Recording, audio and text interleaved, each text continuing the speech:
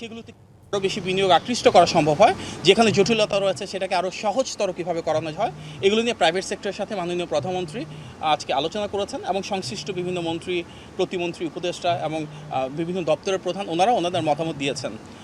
সামনের দিনগুলোতে আমরা চাই মাননীয় প্রধানমন্ত্রীর নেতৃত্বে এমন একটি রাষ্ট্র ব্যবস্থা যেখানে প্রাইভেট সেক্টরের জন্য আমাদের সরকার থেকে পলিসি সাপোর্ট থাকবে এবং প্রাইভেট সেক্টর গ্রো করবে।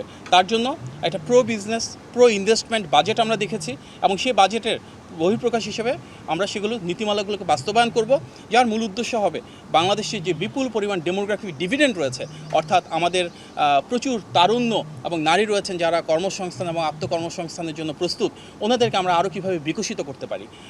আমাদের জনবান্ধব সরকার, জনবান্ধব বাজেট এবং জনবান্ধব যে নীতিমালা রয়েছে সেগুলো কার্যকর করার এই পথযাত্রাকে প্রাইভেট সেক্টরের যে রিপ্রেজেন্টেটিভরা আজকে এসেছিলেন ওনারা আন্তরিকভাবে ধন্যবাদ এবং সাধুবাদ জানিয়েছে।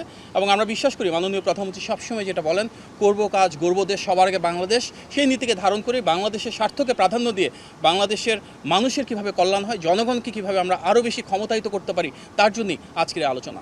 আপনাদের সবাইকে অনেক ধন্যবাদ জানাচ্ছি এবং আজকে অনেকটা হঠাৎ করে উপস্থিত হলেন, সেই জন্য আবারও রুমন ভাই, রনি ভাই, নাজমুল ভাই সহ প্রেস টিমে যারা রয়েছেন আপনাদের সবাইকে কৃতজ্ঞতা। আসসালামু আলাইকুম। বাংলা কিউআর যেখানে নগদ পেমেন্ট সেখানে। সারা দেশে 10 লাখেরও বেশি মার্চেন্টে নগদে পেমেন্ট করুন খুব সহজে।